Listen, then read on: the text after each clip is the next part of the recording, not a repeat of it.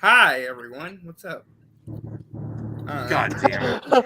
I don't do this anymore. Amazing. Yeah, he's retired. He's You retired. don't do this anymore. It's on your he's channel. retired. Yeah, he's retired. You're taking the lead. I For gotta the go. fifth time in 60 years. I'm old.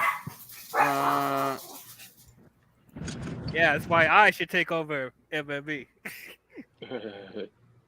Well, I have to, I have to go get my meds soon.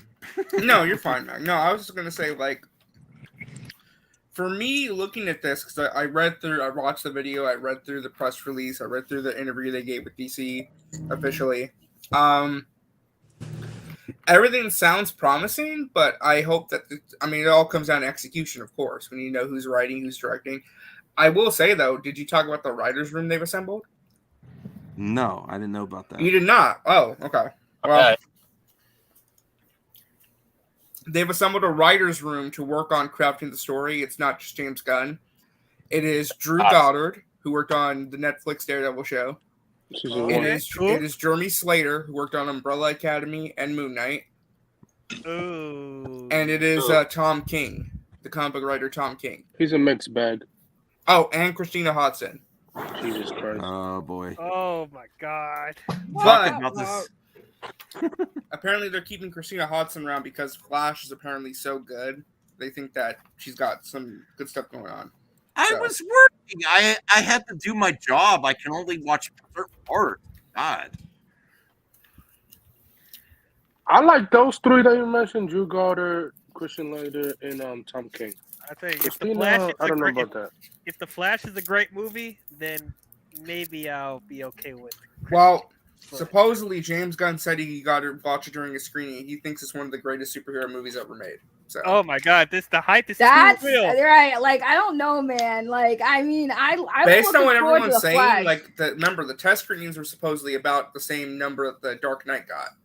People are saying this is a really, really good movie. Plus. I don't know. It better be great. It better be. That's what I'm saying. It better be great because I will be so angry if it's not that good. I'm gonna be like, why? This is the new DC, though. This is the new DC. I'm just saying it's not exactly new. It's not exactly old. It's like I have been saying, like everyone keeps forgetting, the Flash was part of the Walter Hamada when the old WB. They started the Flash. They had the plan already to do the reboot back then. So Gunn has to work off of that plan because they are already going forward. Yeah, because David Zaslav's like when David Zaslav got the movies, he's like, all right, I gotta see this. Okay. All right, I want to move forward with Flash. But now he brought in James Gunn and Peter Safran. It was like, all right, here is what they were planning on doing. Y'all got to work off of this because we're going to launch this movie. Well, Saggy, to your point, not to cut you off, I just want to mention this. I think you're correct, but I would say the reboot that James Gunn planned is not the same reboot that Walter Hamada was planning. Right, but that's what I'm saying. Different projects, it's going to be a different creative team. I'm 100%. You're right, but that's what I'm saying is that they were going to reboot the Flash movie, no matter what. But now Gunn has to work off of the Flash movie and figure out how to incorporate his new universe with that movie. Well, so that's what I'm saying. Yeah, and I want to say, too, what I loved about this video is that right away it was like talking to someone directly. That's what it felt like. But he also clarified, yes, the movies coming out this year still matter. So that you do need to see them to get ready for the new slate of movies. Right. That's what I'm saying. Flash. Yeah. But Flash and Aquaman, definitely, because again, he's building off of the movies that are coming out. So that's why these movies are still coming out, why they're still important to the universe, because he's building off of it. Yeah, and a couple of my key takeaways too were, I think this is everything you could have possibly asked for the most part. You got your heavy hitter characters, you have your unknown characters who like nobody knows, and you have your wild card like C and D list characters like Booster Gold and Swamp Thing. So it's a mix of everything you could have asked for chapter one slate, to be honest. This is only part of it. The thing that kind of surprised me, if you want to come back, use your adult voice. I'm putting you in a timeout. Come on. Yeah. Calm down, Andrew. Oh my God. The thing that excited me the most. Hey, Anthony, don't add to it. Sorry. Okay. All right, go ahead. No, I was going to say the thing that excited me the most that I was kind of surprised by was the Brave and the Bold, which is the new Batman movie. I was shocked by that. Which that one is really exciting. Yeah. Part of me Why are you wishes they shocked would by have just that? integrated the Matt Reeves world into it. I really thought they were going to do it, but they stuck to their word, which is fine. It's exciting that you're going to get 2 very different Batman universes going out at the same time, so that's exciting. I'm not crying today, Saggy. Swamp Thing being like a very dark horror film, I think is really cool. Please get Guillermo del Toro. That'd be amazing. The animation stuff, I think, is a really big deal. Like, they're going to transform and kind of reorganize DC animation to be integrated into the world. I mean, what was it called? Creature Commandos? That art style looks fantastic. And their intention of, hey, we're going to cast the movie actors to voice. Because remember, and this is what I've been trying to tell people, they are signing all brand new contracts because the contracts don't just include movies anymore. They need to include TV shows, video games, animation. These are very multi-layered contracts. Like they're going to integrate everything. Before, though. It hasn't been done before. That's a huge. Yes, and that's a big thing because even with Marvel, like their animated shows, they've tried getting the Marvel actors to voice them in What If, but now all of them come back. I mean, listen, Booster Gold. That's a character people have really been wanting to see. James Gunn put out a poll, and he was ranked number 1 in terms of characters they want to see. Who else was there? Amanda Waller, we kind of knew about because it was reported on back when Peacemaker came out. They were working on that. Makes sense. I know people aren't going to be happy that Viola Davis is sticking around, but you know what? If you could deal with the fact that J.K. Simmons came back for No Way Home, it's fine. It's a small supporting character. Who cares? You know, I don't think it's that big a deal. The Suicide Squad felt very removed from everything else anyway, as a Peacemaker, except for the end. So, and you can explain all the stuff away with the Flash. You know, I mean, what we'll really be telling is if they bring back like the main actors from the league, like Gal Gadot, Ezra Miller, Jason Momoa, I don't think they will. Levi. I don't know. I don't think they will. I think now they're keeping things wishy-washy because they have movies coming out, but I think their intention is to kind of reset some characters. The only one I could possibly see staying is Jason Momoa, but I think even that's a stretch. Because no. They're definitely. Here's the thing.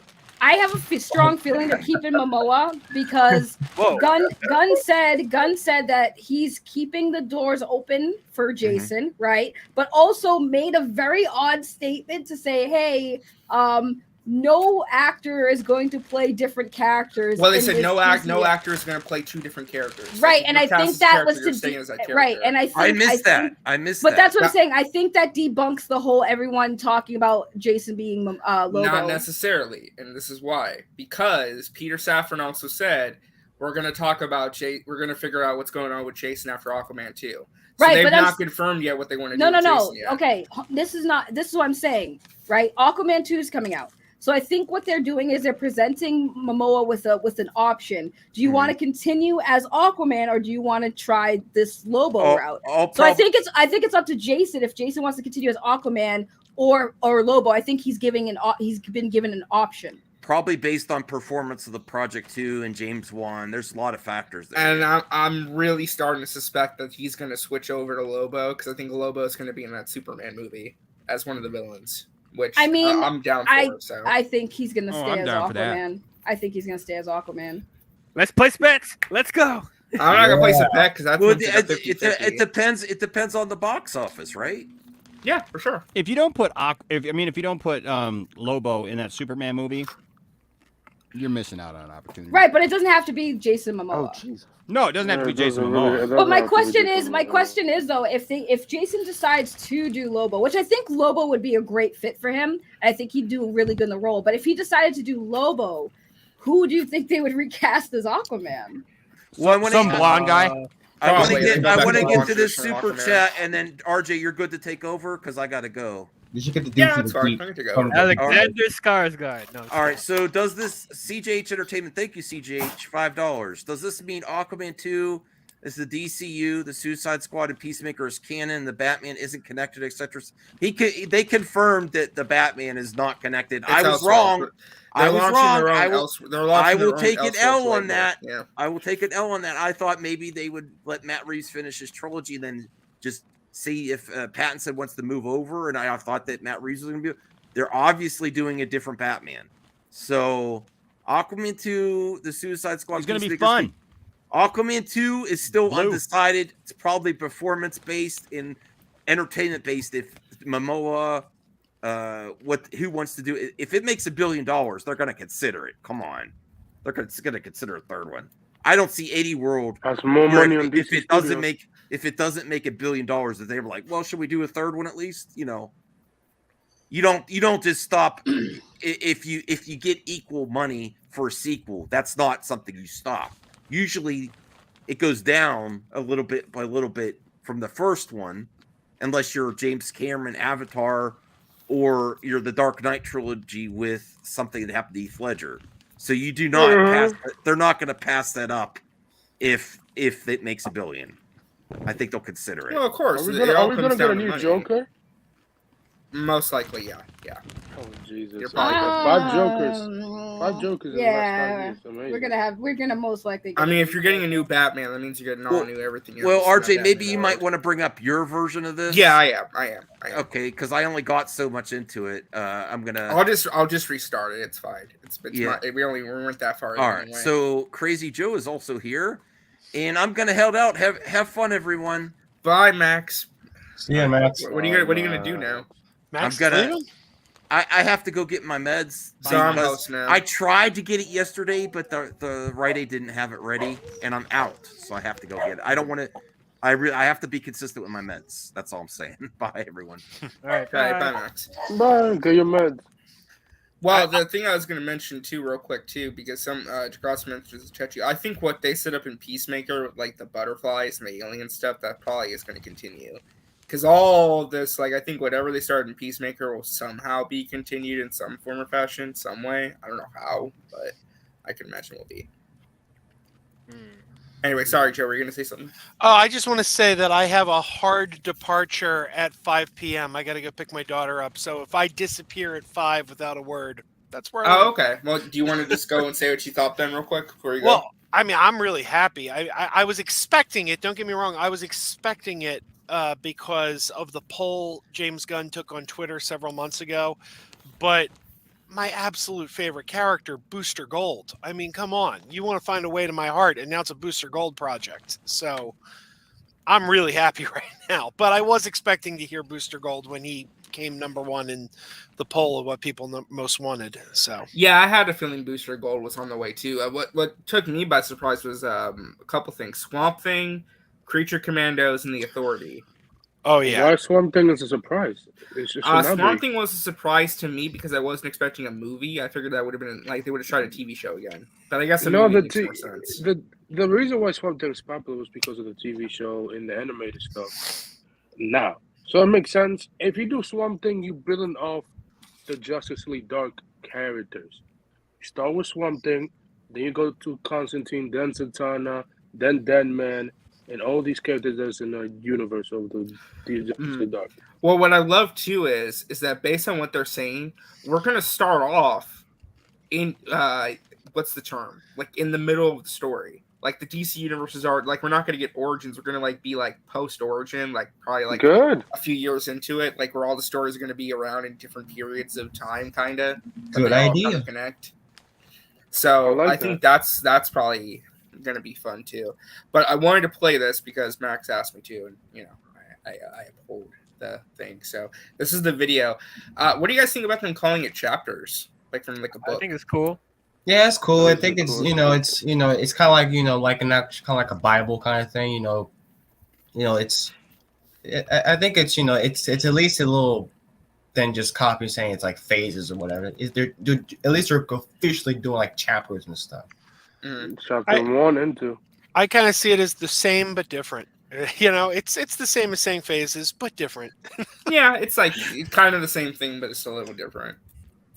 I have no problem with that. I'm the co-CEO of DC Studios. So as many of you know, DC has been disconnected in film and television for a long time. And it's one of You know, our jobs, mine and Peter's, is to come in and make sure the DCU is connected in film, television, gaming, and animation. That the characters are consistent, played by the same actors, and it works within one stop story. it for a second? And if something is outside of...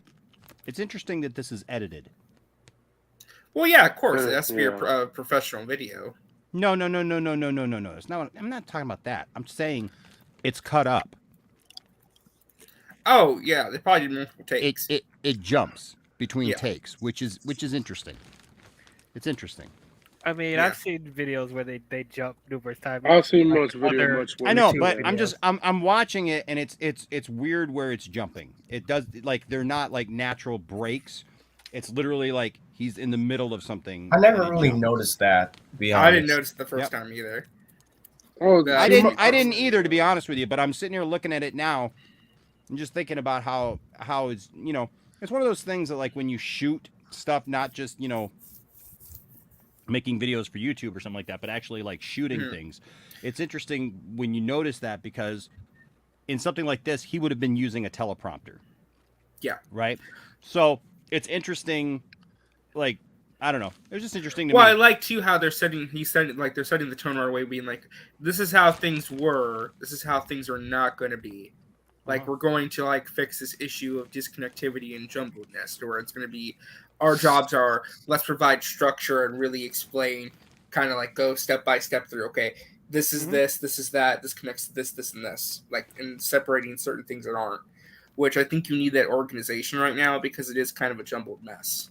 So that's one of the things I was happy to hear about. Oh, what the heck is that? What the hell was that? Oh, that's over your screen. Like Matt Reeves' Batman, or Todd Phillips' Joker, or Teen Titans Go, that it is clearly Why did you say labeled Teen as Titans Go? That's DC weird. Elseworlds. Because Teen Titans Go is actually It's one of the biggest animated shows in the world. Well, Plus, also, it's an example Nobody of a cares show. about that. No, but I think that's a great show. We don't care about it. But I care about it. I mean, I know the little kids care about it. Yeah, little kids care. But also, he's showing the mediums of their like Elseworld stories from animation and live action. He's not just, if he just names all the live action things, it's be like, oh, there's not gonna be any Elseworlds animation. But you do have Teen Titans Go, you have Harley Quinn, you have all these other like Elseworlds like animation stuff that you do have to mention.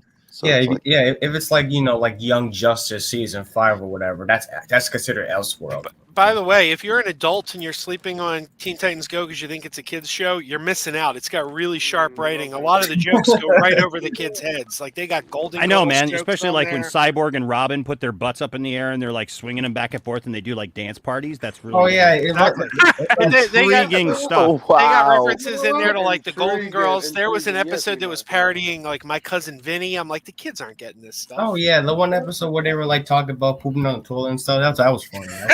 Okay, I'm going to answer this. It's interesting because if you're putting this out, it's interesting because it's not, the breaks so far are not at normal breaks in his speech pattern. It's literally in the middle of like an idea. Instead of like closing an idea and moving on to the next, it's not just the ums. If he's using a teleprompter, he wouldn't be using, I would hope to God he wouldn't have a bunch of ums and whatever, because he should be using a teleprompter for this. This is not just like off the top of his head that he's telling us all this information. What I thought was interesting about it is the breaks, where the breaks are. That's what's interesting about it, because he's getting to a point, and instead of like doing a take over and just finishing that whole thought, it's just cut. You know? It was just an observation, guys. Jeez. It's the extended cut, confirmed by Enosh. It's the extended cut of the speech. Just saying. The only Teen Titans episode I ever watched was the Zack Snyder episode, and that's it. Other than that, no. I've watched Teen Titans. It's fine for what it is. It's the only show that I like is the original Teen Titans from 2000. Well, yeah, but that's comparing apples and oranges, you know. I had to once I was in the hospital for like a month, for months, and the only channel I had to see was Cartoon Network. And Cartoon Network played Teen Titans Go almost 24 hours. Yeah, they still do that, sadly. Yeah, I got to say it's for kids. It's for kids, but there were some episodes like I really like it. So it is for kids, but I've grown to like it. I was the people like, oh no, what are they doing with Teen Titans? And I was They're like old school Sesame Street. They write it for the kids, but they put a layer of jokes in there that only the adults are going to get. So when you're watching with the kids, I did see like the early. I remember like the episode where they were in Batman's Batcave, and then you see like the crowbar next to Jason's child Ash. Remember that? Yeah, there's all kinds of little jokes and stuff. You remember that? Like there's an urn that says Jason, and there's a crowbar next to it. Yeah.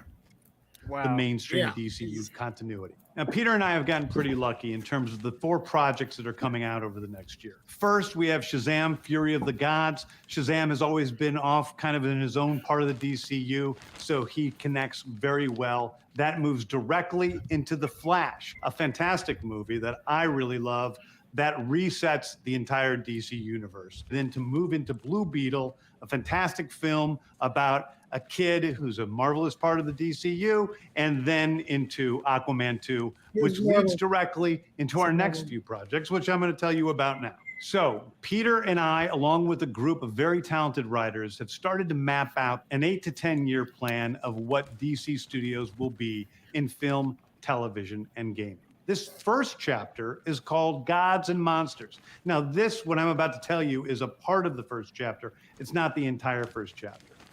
The first project is Creature Commandos. Creature Commandos is an animated series. I've written all the episodes. Something we're going to do that's a little bit different at DC is we're going to have characters move into animation, out of animation, usually having the same actor play their voice as who plays them in live action. Can I just say real quick to you, I'm so happy we're getting Frankenstein. Like, that makes me kind of happy. He looks good. I like Frankenstein in the comics. He's a cool character. Also more Weasel love. You get Weasel back. So this is so James Gunn. Like, I mean, this of all the projects. 100%. Yeah, 100%. Yeah. Like, this is in his wheelhouse for sure. Wait, these characters are not very popular, but once the only one I recognize is Frankenstein. That's it. The other one's just like, ooh. Weasel. And then, Dr. Phosphorus the guy is the one with the flaming head. We know him from the Batman Beyond series. And then you have Nina Muskuski, who's the fish girl, and then you have Rick Flag Sr., Bride of Frankenstein, G.I. Robot, Weasel, and Frankenstein. His name is G.I. Robot? Yes. G.I. Robot. G.I. Robot. Why not? Why not? G.I. Joe, G.I. Robot. I think when I see that the fish girl, it reminds me of I forgot that one character from Hellboy. What was his name again? Apes. Well, William, I mean, that's kind of how it is with Marvel, right? You said that before in Marvel, where half the stuff you have use for, half of it you don't. So that's a positive in my book. Yeah, we're almost there. It's kind of similar in that regard. William, we think animation is for kids. We get it. You're not going to watch this. We get it. Yeah, you hate animation. We get it. Yeah, we know you hate animation. But listen, for us people who think animation's awesome, I'm happy that they're integrating it and taking care of it. So, Enos, do you like animation? Live action. The next project I do, because I'm not as old as dirt. This is a story of Amanda Waller played by... Oh, sorry. This is a story of Amanda Waller played by Viola Davis. Viola Davis is going to team up with members of Team Peacemaker, and this is a story that's been created by Crystal Henry, who did Watchmen, and Jeremy Carver, who created the Doom Patrol. It is a fantastic story that's out of this world, and I can't wait for people to see it. Okay, next up is the big one, the true beginning of the DCU. This is called Superman Legacy. This is being written by me. I'm in the middle of it. I'm having a great time doing it. Hey, and Superman will be released into theaters pause it. July. Here's something of note as well. This Superman is supposedly young Superman, right? But yet they use a picture. Well, it's supposed to be young Superman because, certain actors were too old. But they literally use a picture from All-Star Superman where Superman is like at the end and dying. Well, I just see that as just a picture of Superman. I know. I'm just saying it's just funny that's the picture that they use Jeez, everybody's trying to analyze everything. I mean, like we're professional analysts. So I just think that's Yeah, we know it's just a choice. I literally said an artistic choice. You're low key trying to throw shady, Nosh. We see what you're doing. No, I literally said I'll be fine. I'm not even doing nothing, bro. I'm sitting there eating popcorn, trying to watch a video. This Yeah, honestly, we'll get into it a little bit later, but there's like a lot of Grant Morrison inspiration in this first chapter, which I'm down His with. birthday's today. Morrison. Yeah, so I mean, listen, I'm not saying they're going to adapt Superman, All-Star Superman, but maybe this picture has a purpose. If I were to guess, I think they're adapt Superman versus the Elite, like a story like that. Oh God, no. Oh God. Well, I know you say, "Oh God, no," but I'd be fine with that because I think it's a good story. So sure you do, because that's one of the best Superman things that everybody wants to see made into a movie, right? Well, Superman versus the Elite. I'm saying like a general idea of what that story stands for, represents, and what it takes that character. I mean, you could change elements from the story, yes. Yeah, I mean, maybe Superman fighting the Elite in the first 5 minutes of the movie. What about Nuclear Man? Well, no, because bring on Nuclear Man, man. No, wait a minute. Mark Pillow, bring Mark Pillow back. Wasn't the Elite a stand-in for the Authority because they couldn't use the Authority? But now they've announced the Authority, so you could do. Yes. No, Joe, I think you're on point. I think it's an issue when Superman. Hey, little movie perp. I only bring this up because that picture is from All-Star Superman, which is a story of older Superman who's at the end of his life because he has absorbed too much solar energy and he's going to die. And so it literally chronicles his last day on Earth, where he does all these things and kind of like wraps up everything before he dies. That's the point. I mean, I guess you could get a younger vibe out of that, but I mean that's what this is from. I mean that's what I was saying. It's an interesting choice of picture for Superman if they're telling this younger Superman story. That's all. I don't think it means much, but I understand. I don't think it means much. Observation. No, I know. But no, I was gonna say too, to Joe's point, I think that the Authority might connect to the Superman movie because. Why wouldn't he? He's leading it right now. Yeah, so he's leading the Authority in the comics right now. I think that's a possibility. Because if you think about it, they mentioned the Authority is kind of going to be about this group of people, these heroes who think that they got to do whatever they got to do to protect the world. So if you have that inner conflict where it's like Superman versus the Elite, because that's the point of the Superman versus the Elite story. It's about challenging Superman's ideals.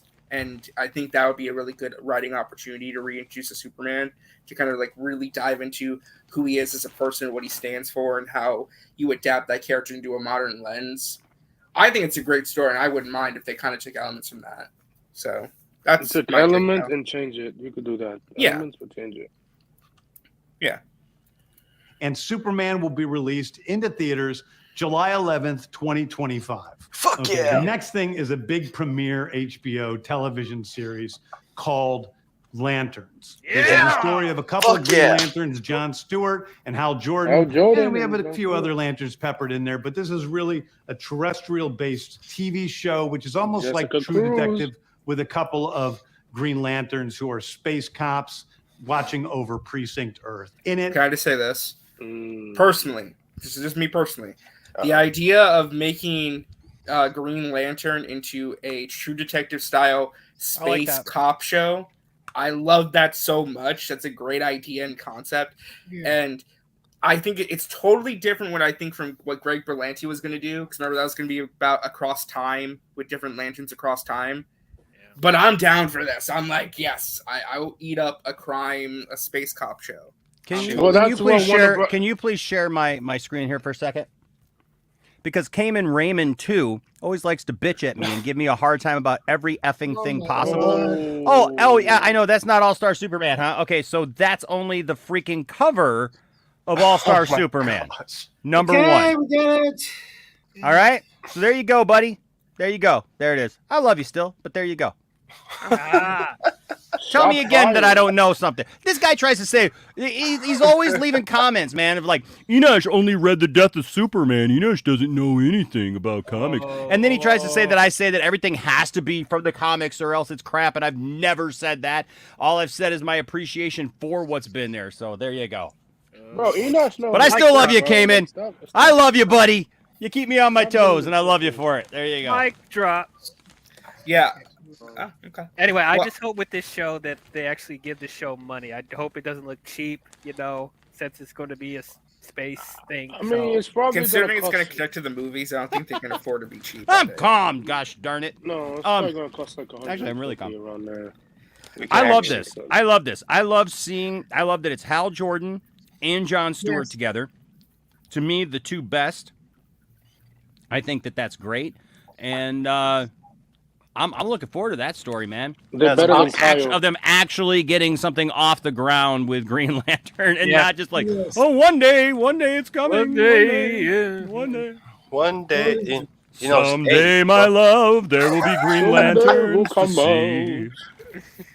we can actually get Wayne T. Carter in this Yeah, one. and I think they mentioned in the press release that this is going to be one of the most important projects in the first chapter because it's going to set up the main threat of the DCU. Like Alright. it's going to set up something that's going on that What do every you hero's think- going to have to worry about. Could it be Sinestro Core Wars? Sinestro and his Yellow Sinestro. Lanterns. Or Man, Red I don't. Electric. I think it's because I think the name Gods and Monsters is probably purposeful, so it might be something like monstrous of some kind. I Red don't know. Lantern. I think they Well, just there's pulled like that out. monsters. The Red Lanterns. They're monsters. Bring in I think atrocities, they're baby. definitely gonna. At some- Atrocitus. Yes. Yeah, atrocity. I mean, at some point in the show, they got to bring in the other Lantern cores, like the other like colors of the Blue color Well, spectrum Lantern. and all he did that. say that we'll No, sprinkle wait, in other green and other lanterns. Yeah. So Do you think it's too early to do Blackest Night? Wait, I don't know. Yeah, about I that. Do you think? No. Yeah, Do that's you too think early. James It's too early Gunn- to do Blackest Night. But you that's think monsters. James- I mean, it's Don't freaking throw your- zombies. Don't throw your mean, big Spoiler. story in the first Right. installment. I mean, That's dude, what we're this just movie makes a mistake introducing. on. Yeah, we're just now introducing these characters. Look, that's actually one of my only concerns about Yeah. about like the Batman Brave and the Bold thing. I'm all for Bat Family. I'm all for Damian. I'm all for that. It's just kind of weird that it's like in the first Batman movie we're gonna have the entire Bat Family. So Yeah, let's do it.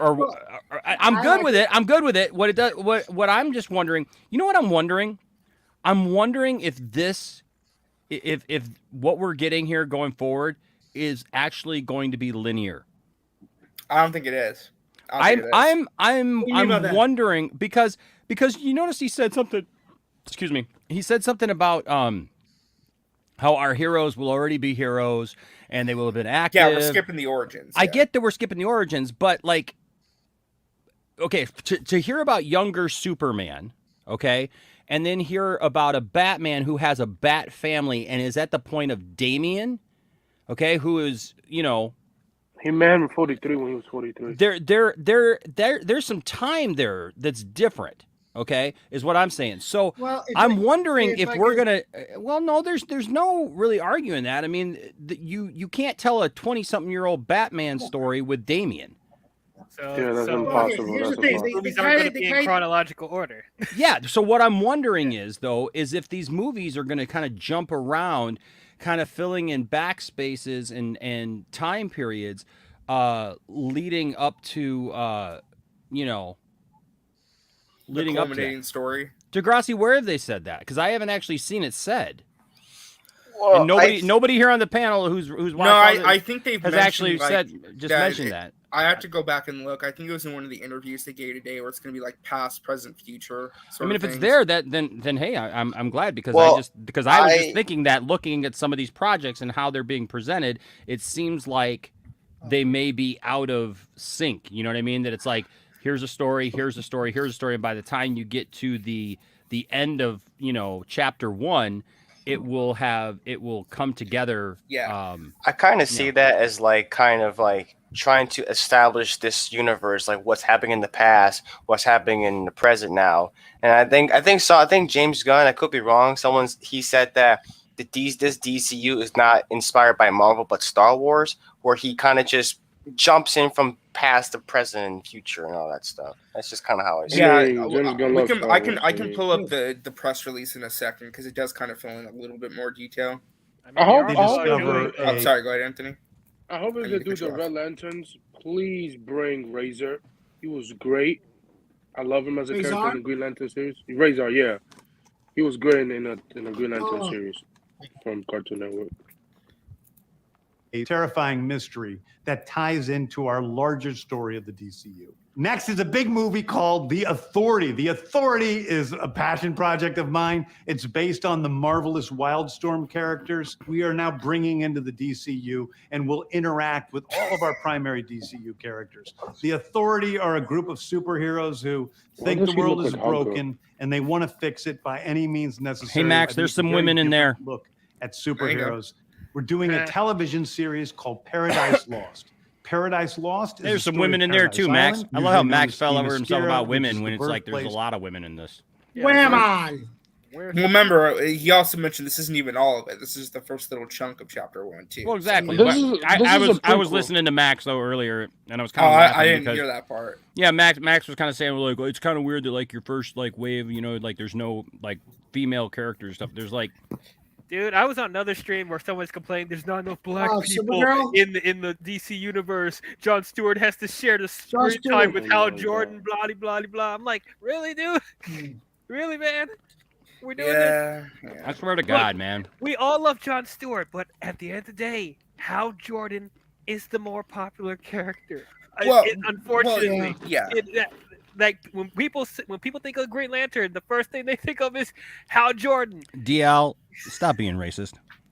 Oh, Yeah, come on, okay. man. Reverse Come on. racism. Come on, man. No, I love no, RJ. That's the kind of stuff that's coming out. Literally, I feel I had to look at comments this week calling me and William racist. Oh, I saw that. That was so weird. You know, I mean, it's just weird stuff, man. Like, well, that whole thing was weird because someone made like a video too, and that's just like three videos, and it was like, yeah, but 2 videos of that supposedly calling me and, you know, William, who's black, racist. You know, about black people. Not that it's like reverse racism to like he's mad at white people or whatever, but that like, you know, somehow like saying that William was okay with the Confederate flag, or that I was okay with the Confederate flag just because we liked Dukes of Hazzard when we were a kid.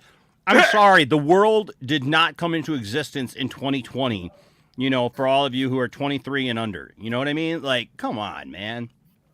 Yeah. Times were different, things were different. You know what? And that's just the way it is, you know? But everybody's not a racist or a horrible person because they disagree with you or they have a different take on something, for God's sake. That's one of the things that's wrong with the world and wrong with why we can't enjoy nice things anymore, because, you know, you had people wanting to go after Zachary Levi. Look, I disagree with Zachary Levi, but I actually like what James Gunn said about Zachary today. About how, like, look, I'm not going to change all of our plans for DC just because I disagree with an actor's political, you know, takes. Well, you know? yeah, it would be asinine to do so because you'd be changing everything constantly. Right. It was taken out of context. His tweet. He was talking about the big pharma, not. Yeah, but a lot of vaccine. people were interpreting that to be that he was against. I understand that. There's no nuance on Twitter too. But even if he was anti-vax, and I am not. I mean, I'm vaccinated. My whole family's vaccinated. But the thing is I liked what he said was that you know, the thing is I'm not going to change the entire thing. That's what I was trying to say earlier about like even Dean Cain. It's like somebody said, well, he's the horrible Superman because of his political beliefs. Who the heck cares about his political beliefs? It doesn't have anything to do with how he portrays Superman or how anybody portrays any of these characters. Like when I go to the movies, I don't go thinking, oh my God, I hope that this politically lines up with everything that I think and that they have plenty of representation and stuff. If it's done well, you should just see it. It should just be there on the screen. Somebody said earlier in this very stream, it should be in the writing. It should be there where like you're not even thinking about it. You're just enjoying it. Like, you know, like, were this the same people that was complaining that, oh, you're forcing representation in these Disney movies and Marvel films, but you better have representation in this DC universe? I'm like, what? Yeah, okay. I hate that shit. Yeah. So let's finish this up because I do want to read through the press release to get the other information too. At Superheroes, we're doing a television series called Paradise Lost. Paradise Lost is a story of Paradise Island, usually known as Themyscira, which is the birthplace of Wonder Woman. It's almost like Wonder Woman. Game of Thrones with Westeros, but with all of the inhabitants of Paradise Island. The introduction of the DCU's Batman is The Brave and the Bold. The Brave and the Bold is the story of Batman and his actual son, Damian Wayne. This is based on Grant Morrison's great comic book run. Damian Wayne is my favorite Robin. He's a little... What? What's up? That's okay. So that's from Grant Morrison. Batman. Yes, that's they're basing out the Grant Morrison run. Yes. Yeah, that's not that Batman is Dick Grayson, not Bruce. So that's true. So why they? Okay, he's very look. You know, so you say about like he used they used All-Star Superman when he was talking about legacy. Why showing this? There's plenty photos of Bruce Wayne Batman with Damian. You are Why so right. You are so right, dude. I'm trying to say, hold on, that Dick Grayson in this universe is Batman and Bruce Wayne's dead or something. Could that be a clue? They probably think the casuals wouldn't have picked up that. Oh, that's actually Dick Grayson. But I actually don't think so. You guys know. Wait, hold on just one second, guys. I'll be right back. I got to take a phone call. Hold on. Okay, wait. So you actually think he's gonna swerve us and be like the Batman of the DCU is Dick Grayson? You think he's gonna actually I could see that happening. I actually could. Well, have you played Gotham Knight? It's similar to what that's how you get different. You can't because there's the Matt Reeves Batman with Robert Pattinson. So how they get different? Make them like separate. You gotta be like, well, the DCU, the James Gunn Batman is more. He's more lighthearted. He's more. Wait a minute. No, that's a great point, dude. Because I've got. I mean, I love that story, and I got the action figure actually, and I didn't even think about it until you just said it. Well, again, if we're jumping through time, what if like Batman is either missing or dead, and Dick Grayson has to step in? What if that has to do with the overall story arc too? Yeah. That gets set off in Green Lantern. That's wow, man. Oh shit. See, this is actually like probably because that right there is not. You can't. I'm sorry. Okay, you can tell me, well, All-Star Superman. Well, he just wanted to, show that. But this, if they showed this, and this doesn't have anything to do with anything, then that's just dumb. Like if they literally showed this because somebody said, oh, we need a picture of Batman with Damian, and they went through all that and like found this, and they're like, oh, we're gonna put this out there, and then he's talking about Batman. It's a father-son thing. Well, what the heck? Well, that's got to be something, dude. That's got to be one of those little like Easter egg things, man. Like, and now it makes me second. Now it makes me second guess the All-Star Superman thing too. To be honest with you, because if they're going to throw this picture in, like I said, they can take elements from all these stories and kind of tweak them around as they need to. But the story with Grant Morrison Batman is Bruce Wayne becoming Batman and has to deal with Damian, who hates him. Yep. That was the story. The story about Grant Morrison. So, well, Grant Morrison did a couple runs. He also did a run where it was Dick Grayson's Batman with Damian too. So again, but look, that cover of Damian wanting to kill Dick because he hates him because that's not his father. Again, probably counting on the casuals to be like, not going to pick up on that. Or it's a purposeful Easter egg. Spherical Man. Spherical Man. We're not like this is not. I like the reference. I definitely like the reference, but this is not like this is not like that. I'm saying I give him mashed potatoes. Hold on. It's not a reach. It's It's either a huge mistake or it's kind of dumb. I mean, it's if we look at James Gunn, like James Gunn likes leaving Easter eggs for everybody to pick it up. Yeah, I mean, listen, if you want to distinguish DCU Batman from Matt Reeves Batman, making Batman not Bruce Wayne's one way to do it. To be fair, that's a bold statement. It's a bold choice, but I would respect it. But because in the comics, if you're doing Bruce Wayne met Damian at the age of 43 in the comics. Yep. And Dick Grayson already left him. He's Nightwing. Batgirl's still around. Jason Todd is still around. Tim Drake is still around. Like it would make sense if you do Nightwing. I mean, we're not sitting around here going, oh my God, isn't that what we're supposed to do is commentate and like speculate over stuff that we see? And I mean, I think it's a pretty big observation to say that like Well, that's not okay, so Bruce on Wayne the- in this picture. This picture that you're looking But at right it's here, that is not but- Bruce okay. Wayne. But they linked the comic run that they're basing it off of, and it's Batman and Son that they're basing it off of. Isn't Batman? Is Batman and Son? That's Grant Morrison, correct? That was Yes, that's Grant Morrison. Well, wasn't and it's Batman still and with Son Dick Bruce- Grayson? No, No, but it was wasn't. Bruce Okay. Wayne. It was Bruce Wayne. Okay. It was Bruce Wayne. Okay, if it they're was Bruce saying Wayne that, finding that's out fine. about Damon Wayne. But then if they're showing a Batman that is not Bruce Yeah, Wayne, like he I think said, they should- there are plenty of pictures of Bruce Wayne Batman. Yeah, I got with one right Damian. here. I got one here, right here. This is, if you can see it, this is Bruce and Damian. If you can see, look right here.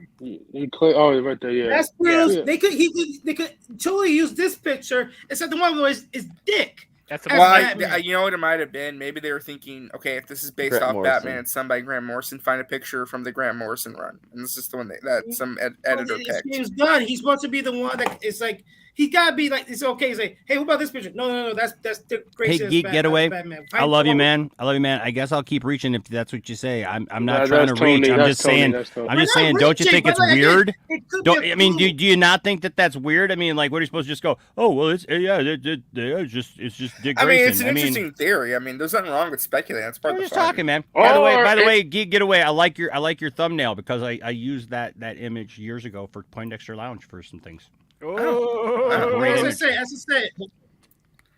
Yeah, well, let me. Okay, that's Quiley, right? Who draw that, right? That's, I think what's so. his name? Yeah. Jeff Quiley. He also drew this. This is also his artwork with Bruce and Wayne. So again, Okay.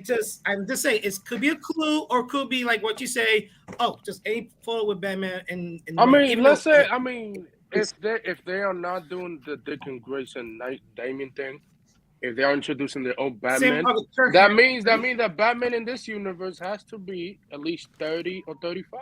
Or so. I just think it's something to look out for. If I mean, if they're showing a picture of Dick Grayson instead of Bruce Wayne, it's just something to look out Just for. just something to speculate on. You know, Maybe kind they of won't see. start. Maybe they won't start with Dick Grayson as Batman. Maybe they'll still have a Bruce Wayne at first, but maybe later down the line they'll actually have the balls to kill Batman, and then Dick Grayson comes in. Oh and dear becomes Lord! Batman. Wait, what if Talia kidnapped Bruce Wayne? Oh yeah, And that is could be one of the Raza things. kidnapped Bruce. Oh, Raza good because he loves Bruce Wayne so much. You want Bruce Wayne to or be that could be interesting too. I have an even crazier theory. Go ahead. What if it is Dick Grayson Batman and Damian Wayne, but the Bruce Wayne is Michael Keaton? No. No, it's not the same Michael Keaton from the '89 movie. It'd be like a variant, but he's an older Bruce Wayne. No. Is he gonna Wait, be DA? you should look for the quote, RJ. I think there's a quote from Gunn saying that the new Batman isn't going to be Affleck or Patterson. Yes, but he did not mention. Well, he because didn't mention, yes, because he didn't- Peter Safran and James Gunn said when it comes to Michael Keaton, they're keeping their options open if they want to move forward with stuff. Yeah, like that. Okay, they keep their option open. So Well, this is actually either let's say DC's Batman. It's not Pattinson. It's not Affleck. We're working with Robert on Batman Part 2 with Reeves. We're working with Ben Affleck, who has been part of our team, trying to bring together, and he really wants to direct one of our projects. We're excited for him to do that. This is a story about Damian Wayne, who's Batman's actual son that he didn't know existed for the first 8 to 10 years of his life. He was raised as a little murderer and assassin. He's my favorite Robin. It's based on Grant Morrison's comic run Batman and Son, which is my favorite Batman runs. We're putting it all together right now. This is going to feature the other members of the extended Batman family, just because we feel like they've been left out of the Batman Yeah, I story was going to from the first. continue. Yeah, because you mentioned this in the video too. So let's finish this video. Of Batman and his actual son, Damian Wayne. This is based on Grant Morrison's great comic book run. Damian Wayne is my favorite Robin. He's a little assassin who Batman tries to get in line. And so this is the story of the two of them. He's a little bitch. And the beginning of sort of the Bat family in the DCU. Next up is a TV series called Booster Gold. Booster Gold is one of comics' really popular cult heroes. he is a fascinating guy. He's a loser Chris from Pratt the is future right there. who uses It's not gonna be future Chris Pratt. technology to come back to present day and become a superhero so that people will love him.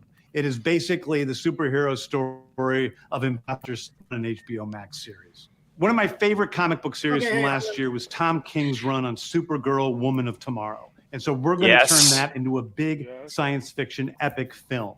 Now, Let's go. Superman is a guy who was sent to Earth and raised by loving parents. Whereas Supergirl in this story, she is a character who was raised on a chunk of Krypton. She watched everybody around her perish in some terrible way. So she's a much more jaded character.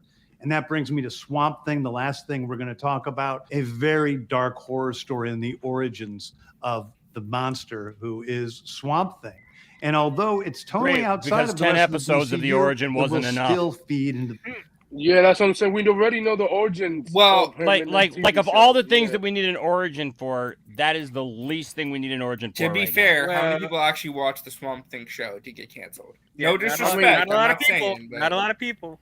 Yeah. They're good on the DC universe. Plus, horror is all the rage right now, so a DC horror movie where it's like serves as like the origin of Swamp Thing, that could be really cool. I just want to see Swamp Thing doing Swamp Thing stuff instead of once again seeing how did he become Swamp Thing. I mean, think about it this way: if you walk down the street and you ask random people, "Do you know who Swamp Thing is?"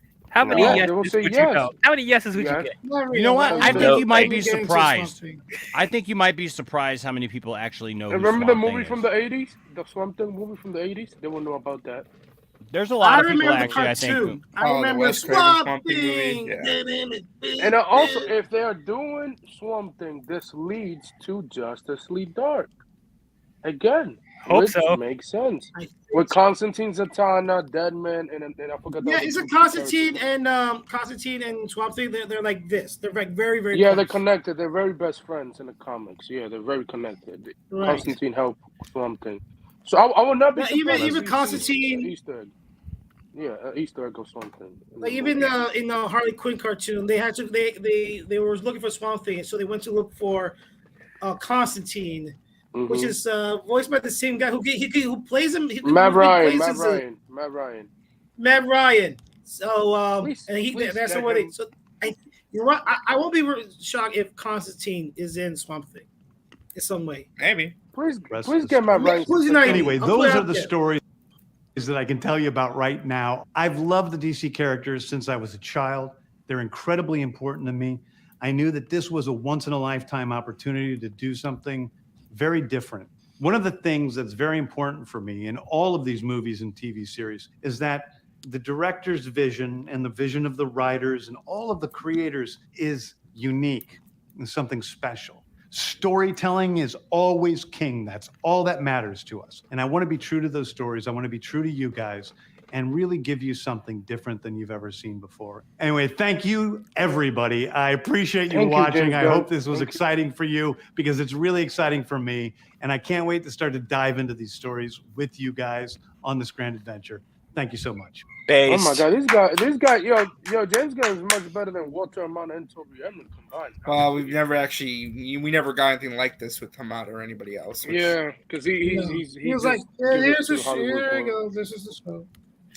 So just the rundown real quick. So they're starting with Superman. Superman is the first official movie of technically Blue Beetle, but they're saying the true beginning is Superman. It starts with Superman. I guess you could say it's like a prologue kind of. The first TV show is Creature Commandos. Then the first movie is Superman. I just hope the real life. It goes like how exactly. I think it's going to go exactly how it's there. Creature Commandos, first Waller, Creature Commandos, Waller. Then Superman, your mom, and then probably some other auntie. show between, and then Lanterns, then Authority, then Paradise Lost, then Batman, The Brave and the Bold, Booster Gold. Supergirl, Woman of Tomorrow is interesting. They will not confirm if it's Sasha Kaye or not. Yeah. Here's a question. Because I haven't really read a lot of.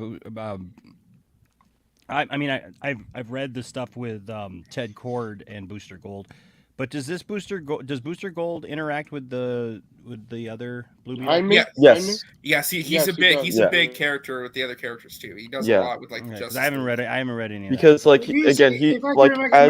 as James Gunn mentioned, he's a superhero with imposter syndrome who Well, comes from the future. I know who Booster Gold is. I know, but it's just like that. He's like a huge fan of these heroes, so of course he's gonna. No, I know. I'm asking. A lot of them. That's not what I'm asking. I'm asking because somebody said Degrassi said that he has to have good chemistry with what's his name? He's playing Blue Zola. Beetle, and the Yeah. I didn't know if Booster Gold interacts the same way with this Blue Beetle because that he did with Ted Kord back in the day. With Jaime, he's like more of like, you like that type of uncle who like kind of like tells you the truth, but also sprinkles little lies about your father. Yeah. Like it's like that type of. Yeah. He's like that type of guy. He's the funny uncle that you like. Yeah. Yeah. What? Yeah. That's what I'm asking because traditional Blue Beetle Ted Kord back in the Kord, day, he's more of like a brother. They're buddy. They're like buddy cops kind of. There was actually a movie they were going to do a buddy cop movie. Yeah, in 2018. Yeah. So real quick, I want to read this real quick, just because this is the press release. Says the focus today is on the core connected DC universe, the initial TV shows. Familiar like characters like Superman and Batman will obviously be represented, but Gunn and Safran, the creative team's been working on, are pulling from unexpected corners in the DC universe as well. Here at DC, we have Metropolis, Gotham, Themyscira, Atlantis, Biala. This is the world that we're creating. How's Biala? That's where Dan Garrett finds the Blue Beetle scarab. Yeah, Blue Beetle scarab. Yeah. Okay. And then where Queen Bee is, and it would be cool as a time travel thing where we see talking about jumping through time with like a lot of these characters and stuff. What if Booster Gold is a time? What if Booster Gold is a more central character than we think? Wait, what if Booster Gold tell Superman or Batman that there's something going on in the future about their characters? Maybe that's what I'm saying. Like, what? But then again, if he does that, he's gonna mess with time. Well, no, because it's for kids, Marty. Well, the thing is with Booster Gold, complete a-holes. Somebody's got to do something with the kids. But Booster Gold like spoiling the future. That he likes. Well, no, the thing is that Booster Gold. What's funny about Booster Gold is that his character is kind of like that character that needs to go in the past, and warn them. Like it's not like he's ruining time. Like people think he's ruining time. Oh but yeah, for sure, yeah. Yeah. Just to finish this, so we're coming into a world where superheroes already exist and have existed for some time in one form or another, and that's our universe. We're telling a big, huge central story that is like Marvel, except that I think we're a lot more planned out than Marvel from the beginning because we've already got our group of writers working together to work out the story completely. So like I said, they have this writer's room that's like literally writing the entire 8 to 10 year plan. Like they're already like writing all the scripts and everything. They're getting everything ready to go. They're like, are you sure it's not AI? I don't think it's AI now. AI will be better than that Birds of Prey writer. I also said to you, many of the projects are already being worked on, but we're remaining flexible and we're going to adjust because we're never going to put out a project into production before our script is just right. This is our general timeline, but there will be some flexibility within it. So they're just kind of saying, hey, we're not putting anything out if we don't like the scripts. You know, we're going to kind of be flexible with our timeline. So if things change, then it's because we're just making sure. So Creature Commandos, animated series on HBO Max, Waller, HBO Max live action, Superman Legacy live action movie. I wanted to read this because Peter Safran talks more about this. Safran says here, this is really the launch of our DCU. The first two projects, which is Creature Commandos and Amanda Waller, are an amuse-bouche for what's coming up in Superman Legacy. James Gunn is currently writing it. We're hoping that he will direct it as well. This will not be an origin story. It focuses on Superman balancing his Kryptonian heritage with his human upbringing. Superman represents truth, justice, and the American way. He is a kindness in a world that thinks of kindness as old-fashioned. And then James Gunn says, with our stories, we want to take it away from just being good guy versus bad guy. There are really good, almost saintly people, and Superman is among them. There are really terrible villains like Gorilla Grodd or the Joker, and then there's everybody in between them. So there are all these shades of gray, which allow us to tell complex stories. I am telling you this right now. Them commenting on the moral conundrum of Superman in the gray zone, they're doing something with the Authority or Superman versus the Elite style story. Something like that. Like that's going to be a core theme of this movie. Like the moral conundrum. It's Black Adam, but better because they'll have better writing. Who's Black Adam? That doesn't exist. And it won't have Dwayne Johnson in it. But you know what I'm saying though? Like they're already talking about like they're trying to like showed the moral grays. And No, kinda, I really understand dive into that. Superman It's as a just character that, and what he like, stands for. Oh, there Yeah. should be That's- no moral grays. We all know with Superman. Superman should be perfect from the get-go. He should always make the right decisions, always do the right thing, say the right thing, and be absolutely perfect and be a glowing beacon of hope that Boy smiles all the Scout, time. save Cass from the tree and Yeah. I do like this line though, that their interpretation that he is a kindness in the world that thinks of kindness as old fashioned. That's fine. I like that. Yes. That's a Yes, good I like line. that too. I like that too. Then you have lanterns, which True Detective, and he says, like mentioned earlier, this leads into our overall story. So it's a mystery, like True Detective, that's going to lead into the overall story we're telling across the different movies and shows. We find this ancient horror on Earth. So they're investigating and they discover an ancient horror on Earth. So I wonder how the That's- Guardians are gonna look Oh, like what in if the TV what show. if whatever they like find is like kind of like what like Swamp Thing has to deal with as well? maybe. I mean, they're all going to connect I in mean, some way. Yeah. And then we have the Authority. Again, I don't. I'm thinking. They find something Blue Go Beetle ahead. left behind. Maybe. I The mean, not Blue Authority, Beetle, this is the one I don't know what to make of. I know pretty much nothing about the Authority. This is like the one really, like, to me, like more so than the other ones. This one feels like the wild card because this is a movie. I didn't have time to read the comic books of them. I've never read anything Authority, Well, so I know nothing about them. Okay, if it's from what I was listening to Campea with Robert and Burnett, and there's two members who are like the Superman and Batman of the group. They're actually a couple. Oh, you know what? Yeah, they're- yeah. Okay, now that you mention it, I think it's like what Midnight and someone else who are like Yeah, the and leaders of the team or something. They're a couple. The guy who's flying. So for all the people who hate the Last of Us season episode 3 episode, guess what? Well, you know, people will be people. Oh, I will get Nick. I will get the guy who played the Last of Us in the last episode to play Perry White. Yeah, real quick. So they kind of describe it. The Authority is going to be a very different kind of superhero story. They are basically good intention, but they think that the world is completely broken, and the only way to fix it is to take things in their own hands, whether that means killing people, destroying heads of state, changing governments, basically whatever they want to do to make the world better. We'll see how that journey goes for them. There are morally great characters in our DCU, which this team is. We loved that they think the ends justify the means. They're the ones that decide what the right ends are. So this one's going to be probably a darker film. Maybe. Paradise Lost. Interesting that we're starting with the prequel instead of like jumping into Wonder Woman. We're kind of starting with an Amazon prequel. Well, I think it's kind of like what they kind of announced back when the DC 84. Yeah, a little bit kind of like that. They were talking about this is kind of what they were doing, but this James Gunn's doing so. Maybe because they're still trying to decide if they want to bring Gal Gadot back. No, Well, if this is a prequel, and it's like, I think they're definitely not gonna bring Gal because this is like if Wow. Okay, I might have to throw this one out and pick up this one instead, because this is really interesting. That's what she said. What? She told me that last night. No, this is so they did that big press event. So this is the interview they did with Variety. I'm just going to kind of read the thread. This is with Adam B. Berry. Along with their announcing the first 10 films and TV shows for the DCU, James Gunn and Peter Safran have outlined their bold philosophy for how they want to build a cinematic universe. They had a lot to say. People have become beholden to release dates, to getting movies made no matter what, instead of studio scheduling tentpole films years and years in advance. I'm a writer at my heart, and we're not going to be making muvies before the screenplay is finished. Okay? It's part one. Go.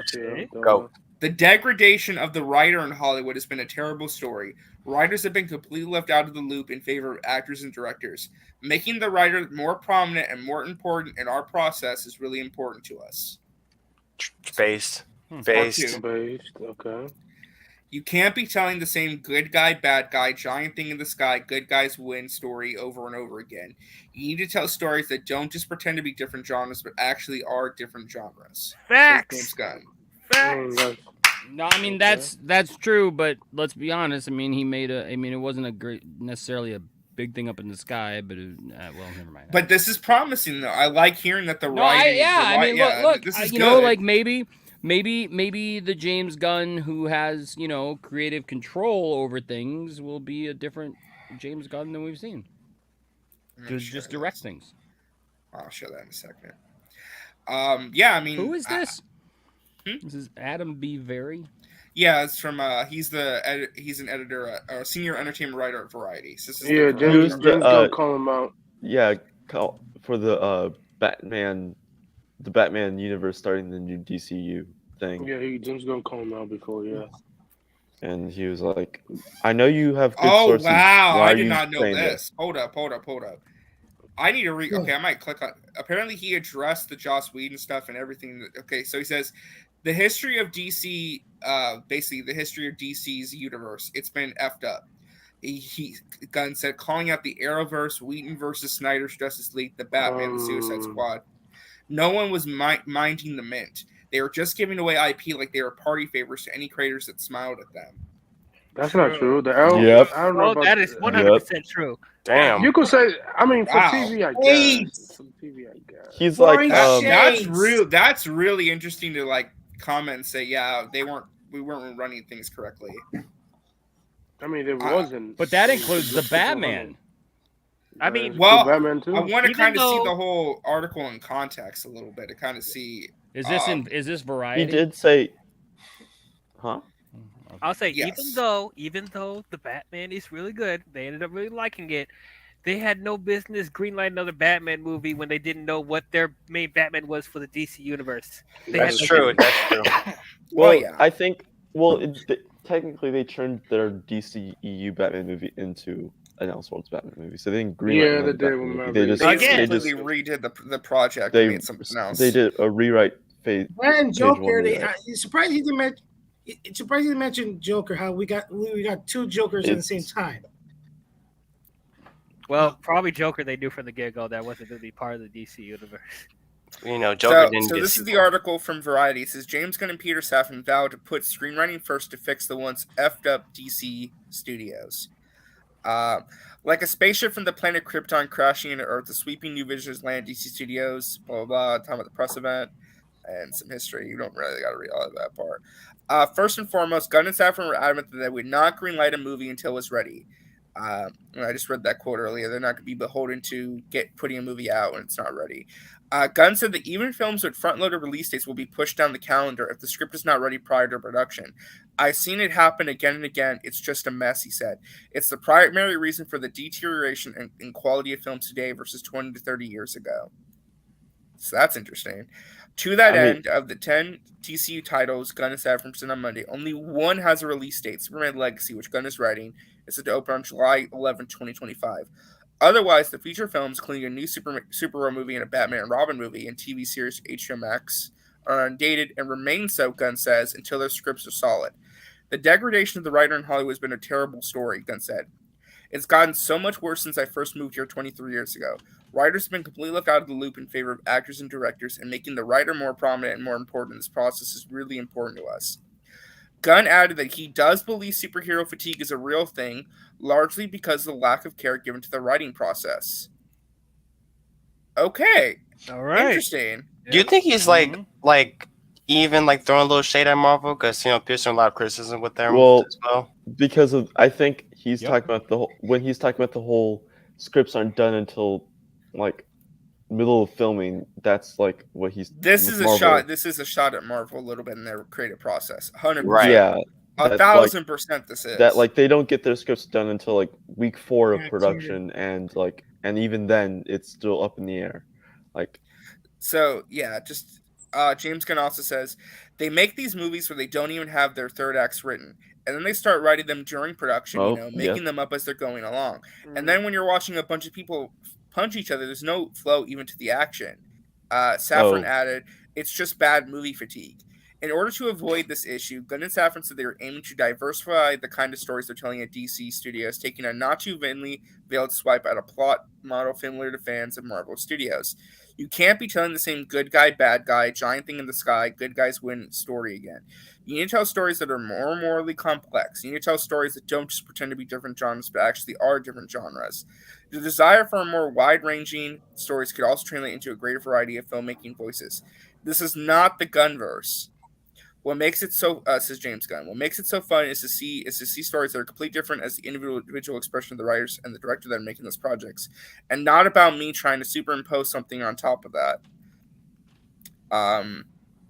The struggle for DC to connect to fans and earns the tens of billions that its rival Marvel has made over has been well documented, and Gunn had a pretty blunt assessment of how the litany of random, disconnected, and often undercooked DC adaptations has diluted the overall brand. As everyone here probably knows, the history of DC is pretty messed up. It was fucked up, Gunn said. Gunn name-checked TV series spearheaded by TV super producer Greg Berlanti like Arrow and The Flash, the feature films run by Zack Snyder until Joss Whedon took the reins of the widely panned Justice League, leading to the fan campaign that resurrected Snyder's original vision, which debuted on HBO Max in 2021, and more recent adaptations by Matt Reeves and Gunn and Safran themselves, Suicide Squad. Peppered throughout were disappointments or busts, such as last year's failure, Black Adam, or Birds of Prey. No one was minding the Met. They were just giving away the IP like they were party favors to any creators that smiled at them. The co-leaders rejoiced at having one unified creative force behind DC, one that will encompass movies, series, animation, and gaming. But given their parent company CEO David Zaslav committed to shredding the debt and cutting costs, there's wiggle room in how and where these projects manifest, especially for series. This is fascinating. We do have the ability to sell outside of HBO Max, if that makes sense. So we'll figure it out, even if there are certain shows coming out to be better served elsewhere, or if there's not real estate on HBO Max for us. But we like the idea of having these shows on Amazon, Hulu, and Netflix. It just broadens our DC audience. So they're even saying flat out that our DCU doesn't necessarily just have to stick to HBO Max. We can sell it to other streamers. They have a deal with Amazon that they did. Yeah, because you can actually put a show on another streamer, and that streamer can actually pay WB money. You know, it's kind of like Netflix and they get more money when you get all that license. But Enosh, I'm just kind of curious reading this statement, because it kind of goes on and kind of regurgitates some of the same thing. It does talk about the Ezra Miller stuff and Zachary Levi, and we kind of heard that earlier. But kind of hearing their philosophy on things and them acknowledging how messed up things were in the past, does that make you feel any better or no? Yeah. I mean, it does. You know, I mean, look, I know that I've said some stuff, but I'm not against this. I've been saying for a long time now that I'm all for doing this. My only regret with any of it is that like some other people mentioned, like Williams mentioned, that we didn't see a proper end to stuff, right? So you just leave stuff kind of hanging out there. That's fine, whatever. And even you know with Henry Cavill, I'm not one of these guys that's nobody can play Superman but Henry Cavill or anything like that. That's not even a thing. Sure. You know what I mean? I was disappointed when they bring him back and then he's gone again. You know, I mean, I think anybody who was a Henry Cavill fan feels that way. I think it's important that James Gunn can acknowledge what was there, you know, both him and Peter, that they can acknowledge, you know, what was there before. Because let's be honest, we've talked about it for a long time. Being a DC fan is hard sometimes. Let's just be flat out honest. It's hard. If you love stuff from DC, everybody wants to tell you how stupid you are, how dumb you are, how everything is better. Marvel's better. You know, everything's better than what the thing that you like. And look, everybody can have their opinions about what movies they like. If you didn't like Batman v Superman, for example, we were talking about that earlier in the chat, RJ. If you don't like Batman v Superman, that's fine. I don't understand this whole notion, though, if we got to rain on everybody's parade of well, if you like that, all of a sudden, we got to make that our focus and make it that you suck or the thing that you like sucks or that somehow you don't have taste or you don't understand how things work because you like something. That's my pet peeve when it comes to that whole thing. If you like something that most people don't like, you need help or anything like that. Right. And that's kind of what I'll be honest with you. I'm just burnt out on. I'm burnt out on a bunch of that nonsense. So I'm glad that he's acknowledging it. I also think at the same time, I've seen some people just going, yeah, this is going to be awesome. And I'm all in and everything. And I think that that's a little naive too, because I think that after watching this today, seeing what's all out there, I kind of joked in our private group that I just said, it's kind of meh for me. It's there, but I don't see anything. I'm not disappointed by anything. I think it's really cool, the stuff that they're proposing, doing that we're going to see. and planning to do, and I hope that it turns out really, really great. But at the same time, like there's nothing really there that I'm just like, ooh, like, you know, I think maybe the closest probably is the Hal Jordan, Jon Stewart stuff. Yeah, that sounds fantastic. Yeah, that sounds great, and I really like the idea of the Bat family. I'm just kind of curious how that fits into a world that we're doing a younger Superman than what Henry Cavill would be, given where it should be. You know what I mean? But again, when I say that, I'm not saying that sarcastically because I'm trying to defend Cavill or I'm upset because Cavill's gone. I'm just asking that question because I think that that's a legitimate question if you're talking about those roles and where those, you know, characters are at in age-wise in the comics. But like I said, I feel like all we got now is more. Well, we got to wait and see. But now we just have. We got to take. We have titles. We know we have to wait till probably in 2024, 2025. Yeah, we have titles now. So. We have titles now to the things that we know are going to be coming, and I'm all for that. And I have no problem with this rebooting, and I hope that. I hope that they do take it seriously because let's be honest, if they screw this up, there's very little chance that in my lifetime that there'll be like really good DC stuff again. If they, you know, they literally cannot afford to mess this up. No, they can't mess this up. If they mess this up, it's gonna totally drive it right into the ground. Yeah, you know. But also, I also hope though that they don't. I hope that they don't become reactionary, and if something doesn't hit, that all of a sudden they start changing, throwing stuff all over the place. And I just, you know what? And I agree with you, RJ, to a point. I mean, like I think fans need to just shut up a little bit and just sit back and wait, and see what comes instead of. There's too much hyperbolic stuff of like. Talking about, I saw somebody on Instagram that I was having a conversation with yesterday about this, and they were like, "Oh yeah, tomorrow they're gonna announce the worst 10 years in DC history." Based on what? You can't say that it's the worst. You can't say that it's the best. You can't say that it's anything because we don't know until we start seeing it rolled out.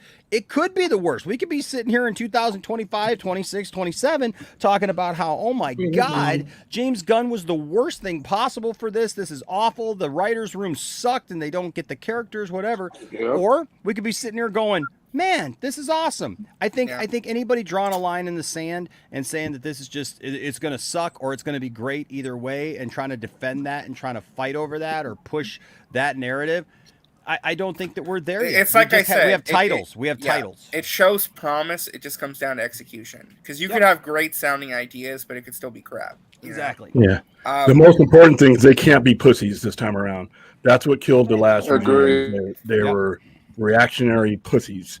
And really, that sounds like a name for a band. That's the name of my next band, Reactionary Pussies. Yo, we're reactionary pussies. I was going to say, reaction pussies. How you think, Cleveland? We're reactionary pussies. Welcome to the stage, Reactionary Pussies. You've been listening to Reactionary Pussies with their hit song, Reboot. What were you going to ask me, RJ? No, I was going to ask you. So did you happen to hear when I was reading off that Variety article at all?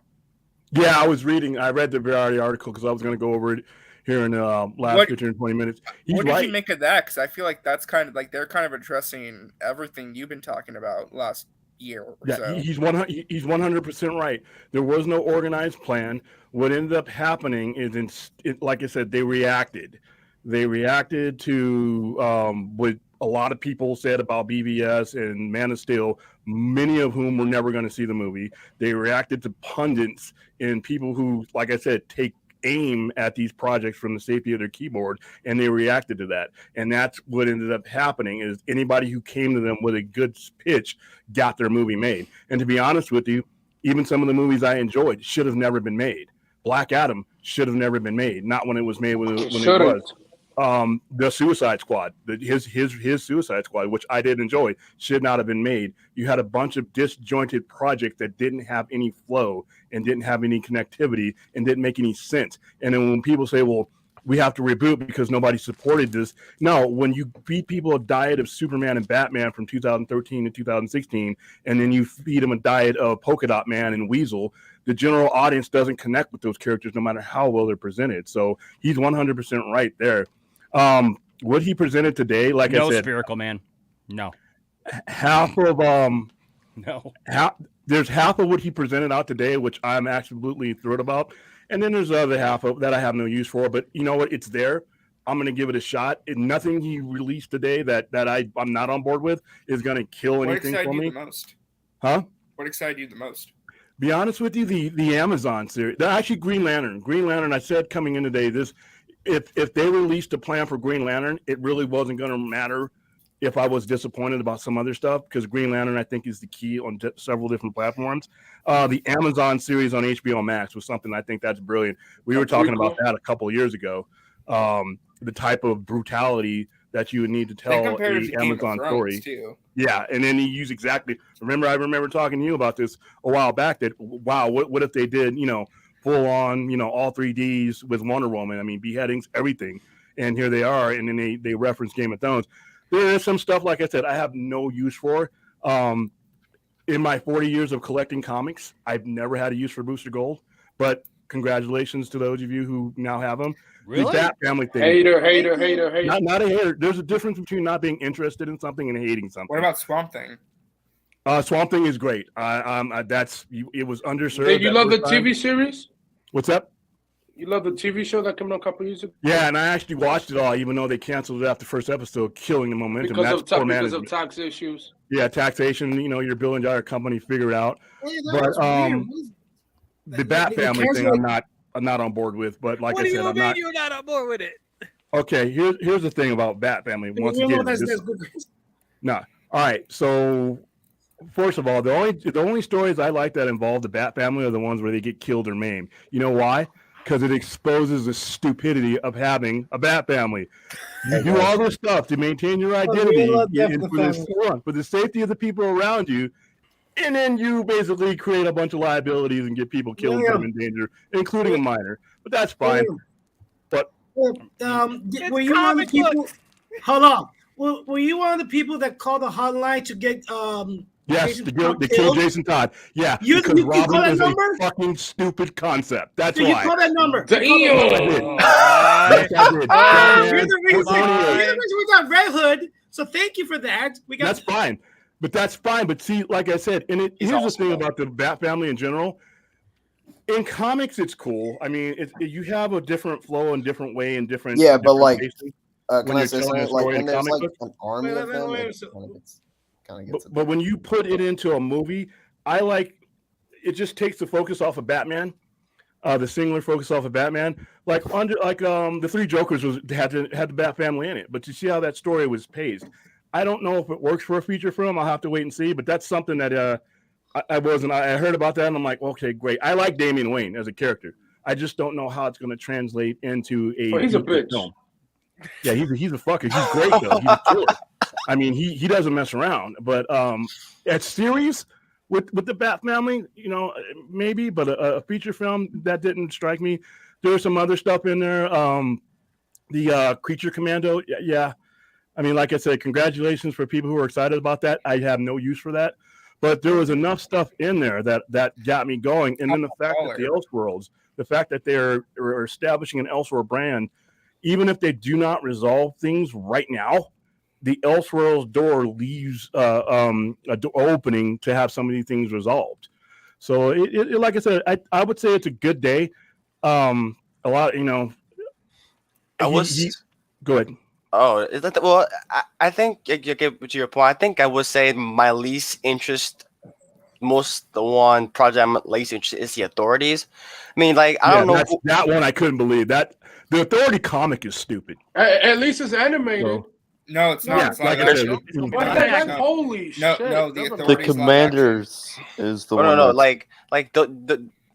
I'm surprised at the amount of characters that I don't know who they are. I mean, Booster Gold, I am intrigued, but the Supergirl one, I'm intrigued. Superman, Tom King is great. Yep, yeah. Supergirl, I'm intrigued. Yeah. There's some stuff that I'm interested in watching. But the Authority, I'm not too interested because I mean, I will go see it. It's just there's some characters I just don't know who they are. Like that's the one I'm like, who the hell are those?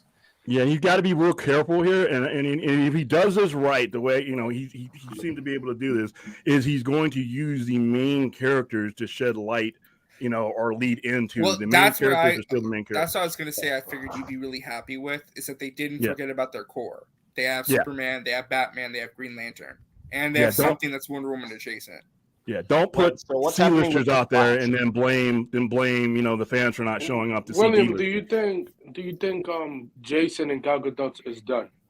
No. In your opinion? No. Really? No. I don't think either one of them are done.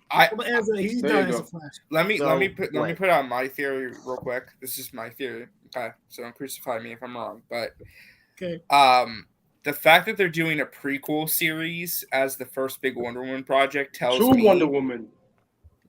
Sorry, what? What? No, it's not. It's not a prequel to the movies. I don't know where that's coming from. They never said that. They said this is the origin story of the island that's the birthplace of Wonder Woman. They never said it was connected to the previous movies. My whole thing is, I think they're doing this show first because they're gonna wait a little bit and then they're gonna recast Wonder Woman. I don't think Gal's staying. But does it really matter? Because let's be honest, Wonder Woman is old as shit in the comics. It doesn't matter. She's older than Batman. She's older than Superman. She's older than. No, wait. It doesn't matter. But we all know it does still matter. Elizabeth. She's hundreds of years old, but she looks like she's in her late 20s, early 30s. Yeah, she's at the end of her run anyway, too. There's a thing like you could be right about them recasting her. She's at the end of her run. This next movie would have been her third, so it's not. It would have been the end of the trilogy. Yeah. Yeah. With Jason Momoa, he's a MILF magnet who doesn't seem to be aging. So there's still money. There's still money to be made with him. Jason, how about Jason Momoa as Wonder Woman, guys? Oh God. Yeah, please no. No, what I was going to say is I could see them looking at Jason Momoa being like, let's see how Aquaman 2 does, and depending on what happens, you're either going to stay as Aquaman or we're going to switch you over to another character. Which is how if you don't have a long-term plan for him already laid out, then that's the way you would do it. But like I said, I another thing that intrigued me is that it's more of a realignment than a reboot. It's a realignment with Elseworlds possibilities, which gives them an opportunity to adjust. So if some of this stuff doesn't work out on platforms that they really had a plan for, they can move it to other platforms and say, hey, this is an Elseworlds. I did like the fact that the other platforms, the Hulus and the Amazons, that kind of stuff was brought up because that's what, a lot of people were laughing at the possibility of certain things going to that. Netflix, that's just straight business. Now, I'm not saying, like I said, we were talking about before, like Zack Snyder stuff would end up there, but people were excluding it for some of the dumbass reasons I've ever heard come out of, walking, talking mammal's mouth. And then you have him laying out the business reasons why something like that, regardless to what it could be, is possible and is plausible. So if people were paying attention to what was rolled out today, it's really a reinforcement of what a lot of us have been saying for like the last 5 years. Yeah, and one last comment from me, and then I want to let Axel go. What I love, too, is that he opened the video saying, here's the problem that DC had. It was disconnected and a mess. Here's what we're doing to fix it, that we're trying to make sure everything fits and is well organized. And that was a good way to open that video before we talk about that was a great presentation, by the way. That's what I should have had yesterday, but I'm okay. We got it, It was nice, quick, and it was to the point. And it didn't really leave much to question. I mean, the articles are cool. They reinforce things and give a little bit more detail into it. But I really think that should have came to us yesterday. And then, it was kind of done backwards. But, after the fact, it's fine. I think he did a good job with it. And he needs to do more of that. Yeah, the only thing is him talking. That's true. I do think he did a really good presentation. The only thing is, I feel like the DCEU stuff that's still coming out. Like, I still think he wasn't 100% clear about that. Maybe he did that on purpose to see what's going to happen. That was done by design. It's done by design. Yeah. Yeah. Because what that does, that's one of the things that because I'm going to jump on here in about a half hour or so. My own opinion about it is that makes these movies relevant again. If there was something, I forgot what one of the articles said, that there was no reason why the actors that are currently playing those roles can't continue in these roles if they choose to decide that. So that kind of makes these not throwaway movies, even though a lot of people didn't think they were. A lot of people, like I said, I'm having problems lining people up for Shazam tickets because they consider it to be a dead end. So Give us to everybody. I wish you could be here in Vegas. But what this does, though, is it basically makes those movies as a relevant pathway into what's coming.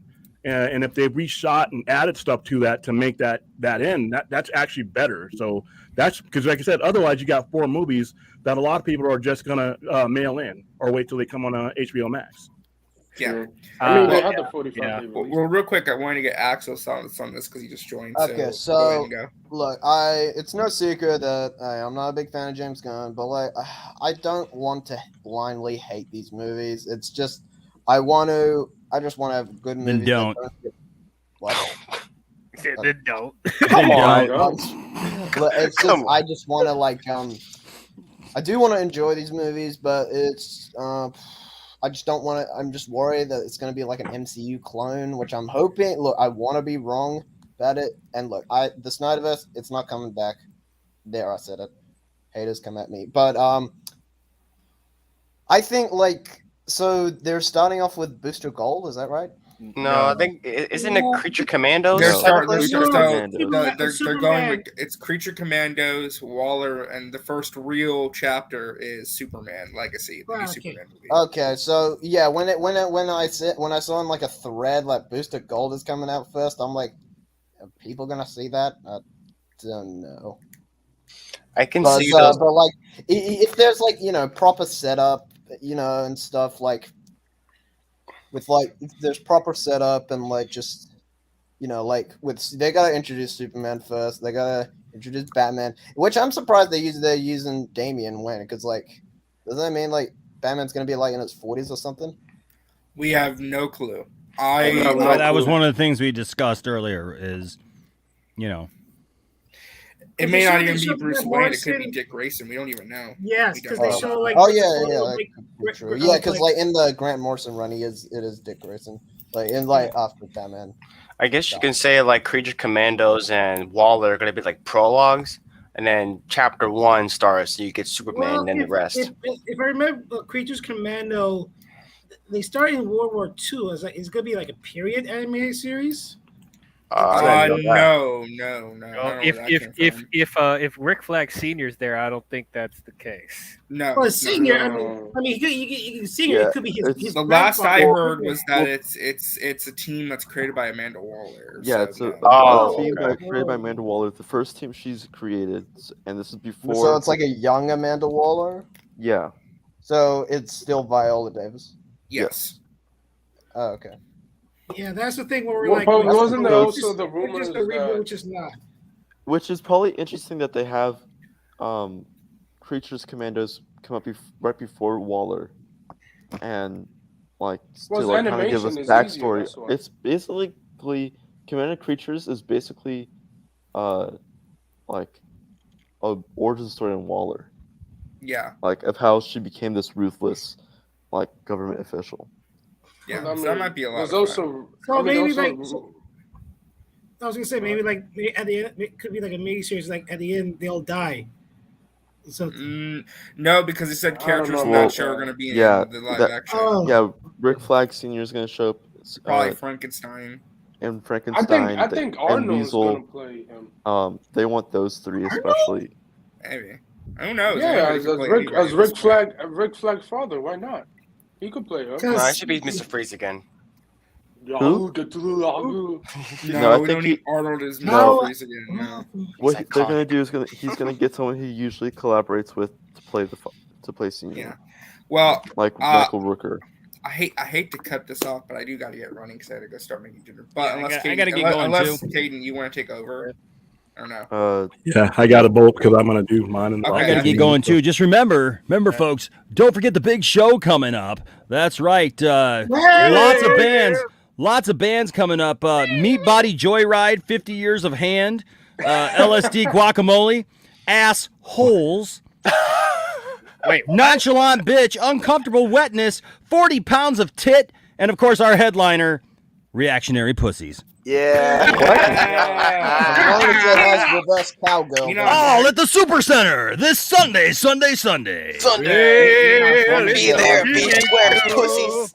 That's right. Join us all for non pussy streaming tonight at the live. I gotta go. Are you actually? I am streaming tonight. I am streaming tonight, 11:30 Eastern time. So Yo, Enoch, send me a link. You did anybody else hear that weird thing that his voice just did? It was like, send me a He's still going through puberty, right? I am not. Oh God. Well, he's thinking of those reactionary pussies. All right, guys, we got to see you later. I'm going. All right, love y'all. All right, thank y'all so much for hanging out with us, both on Max's channel and on mine. Much love. I don't do as much content anymore, but if you want to hit me up with a sub, I'd greatly appreciate that. Hit the like button. You're not retired, dude. Hit that like button. Yeah. Anyway, bye. Bye.